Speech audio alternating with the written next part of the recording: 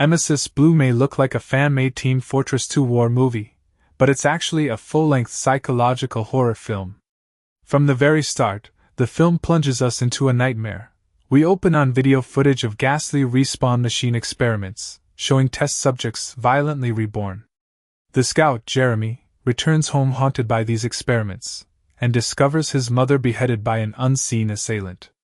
That opening alone poses a chilling question: what dark secret lies at the heart of Emesis Blue? Once you've seen the movie, you realize every scene is dripping with symbolism and hidden horror. The word emesis itself means vomiting, literally. An act of expelling stomach contents. Even the title hints at sickness and purging. And the color blue, splashed throughout the film's palette and title, is more than a team color. In horror cinema, blue light often signifies cold, night, and deep anxiety. Think of the eerie blue night light in The Exorcist, or the chilling filter of old-school midnight chase scenes. In Emesis Blue, the sharp red and blue lights over desaturated sets don't just match TF2's themes. They create a neo-noir, icy atmosphere where shadows and danger lurk. And what about the mercenary characters themselves? We see 9 familiar TF2 classes, but each is twisted by trauma.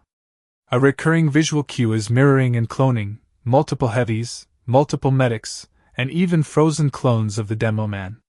This suggests something deeply wrong, perhaps endless cycle of death and rebirth. The film literally asks, what if respawning isn't a gift but a curse? Journalist Kayvon Bumpus explains that Emesis Blue focuses on the psychological ramifications of endless respawns, questioning what happens if the game's reset mechanic goes wrong. Disturbing experiments. The respawn machine tests at the start show bodies torn apart and put back together. We hear screams and see unholy rebirths, truly an act of vomiting life back into the dead. Broken minds. The scout suffers paranoia and nightmares, hinting that endless death loops are shredding his sanity. When he replays conversations by phone, the lines warp around him. The medic Fritz Ludwig also lapses into dissociation, even in out-of-body experience, while investigating. These clues suggest reality is unstable. The characters may not trust their own memories. Limbo and purgatory. One engineer, Dell, literally describes a limbo-like eternity between respawns. By the end, the surviving soldier crashes and dies for real, only to meet the others in purgatory. In other words, the film implies the mercenaries never escape the machine's cycle. It's a never-ending war of death and resurrection. Each of these elements hints that we are watching more than a detective thriller, it's an existential horror story. One scene shows police as shadowy silhouettes, giving the uneasy feeling that even authority figures are untrustworthy. No recognizable faces means everything is surreal. And in the middle of the narrative, we suddenly cut to otherworldly glitches. Jane experiences a temporal anomaly in a lobby, and the spy at one point hears a phone call from Jules playing old conversations. These tricks of time make us wonder what's real or imagined. The sound design and imagery reinforce this dread. The recurring telephone calls play past conversations in warped ways. We hear Jules's voice loop advice about funds, and Ludwig later hears creepy dial tones and nursery rhymes. There's even a creepy German children's song, Men in Black, playing on TV, as Reddit users note. These auditory callbacks are hallucination triggers. Characters find themselves talking to people who are already dead or listening to messages from themselves. It's reminiscent of classic psychological horror. A character in 1931 spies on child murderers using shadowy figures and phone calls. Emesis Blue even has the scout watching of M right before his mother's murder, a meta hint that layers of reality are bleeding together. Consider the scene images themselves. The heavy use of dark blues, blacks, and silhouettes, with only team-colored lights breaking the gloom, creates a frozen, nightmarish palette. When Ludwig frees Jeremy in the factory, the setting is a dark, red and blue-lit labyrinth of pipes. It looks as if they're inside a twisted machine itself. The heavy breathing, distorted footsteps, and dripping fluids heighten the sense of being hunted by your own demons.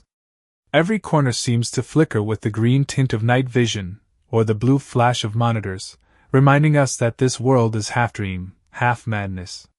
There are multiple plot twists that only add to the horror once you realize what they mean. For example, early on the medic uncovers that the Valium bottles were relabeled. Under the Valium label he finds the word Emesis. In short, the antidepressant he was taking was actually a sinister benzodiazepine from Jules's company. While we didn't find a news source for that reveal, the film itself, and press notes, hint at corporate conspiracy. Emesis Pharmaceuticals has been secretly dosing soldiers with tainted drugs. This betrayal plays into the theme, even our medication can't be trusted, it's another form of control. By the climax, the lines between life, death, and madness are totally blurred. The detective spy forces Ludwig and the soldier to play Russian roulette over the phone. Ludwig shoots Jules when he confesses his crimes on the line, and everything collapses. At Jules's funeral, characters move like chess pieces. Then Ludwig breaks free, turning on everyone and fighting through fire to escape. In those final frames, the soldier actually dies in a crash, but we see him alive again meeting the others in a foggy white light. In other words, the characters end up in purgatory. The police scene fades to death. The last image, a figure emerging from a flaming respawn machine, suggesting that maybe the cycle will start again with him. One could even say Emesis Blue is a twisted morality play. The film deliberately keeps us off balance. Its storytelling is nonlinear, mysterious, and invitation-only for theorists. As one reviewer notes, the plot seems almost designed with the expectation that online theorists would fill in the blanks. Yes, the writers want viewers asking questions. Why does Soldier recall different medals than we see? Who is the masked heavy watching Scout's mom? Is Ludwig really dead, or just in another loop? The narrative lets you fill in conspiracy theories, from secret clones to time loops. Ultimately, the disturbing implications of Emesis Blue go beyond its genre origins. It's not just about war or zombies, it's about identity and eternity. What happens when soldiers never truly die, but also never truly live? The film hints that this relentless respawning has stripped their souls. As one critic puts it, watching Emesis Blue makes you feel like the concept of the respawn machine was super underutilized. Because it's more than a plot device, it's a statement on endless life. Even gaming legend Yahtzee Croshaw called it a subversive punk art piece, celebrating low-budget creativity over polish in the end. Emesis Blue leaves us with an unsettling final thought. When the credits roll, ask yourself, did those characters survive, or are they still stuck in that infernal machine? Fans note that Stephen King himself would agree. It's eternity in there. The movie suggests a nightmare where death loses meaning and life just loops forever, a fate worse than dying. Key takeaways. In summary, the film layers visual and sound symbolism to reinforce its horror. We see a respawn machine that only destroys minds, a color palette of anxiety, cold blues and reds, and narrative tricks, time slips, phone loops, unreliable memory, that make reality feel unreal. No wonder viewers felt their brain is all over the place after watching. So next time you think of Team Fortress respawns as simple game mechanics, remember Emesis Blue has already imagined the dark side, a world of haunted mercs trapped in eternal nightmarish respawn.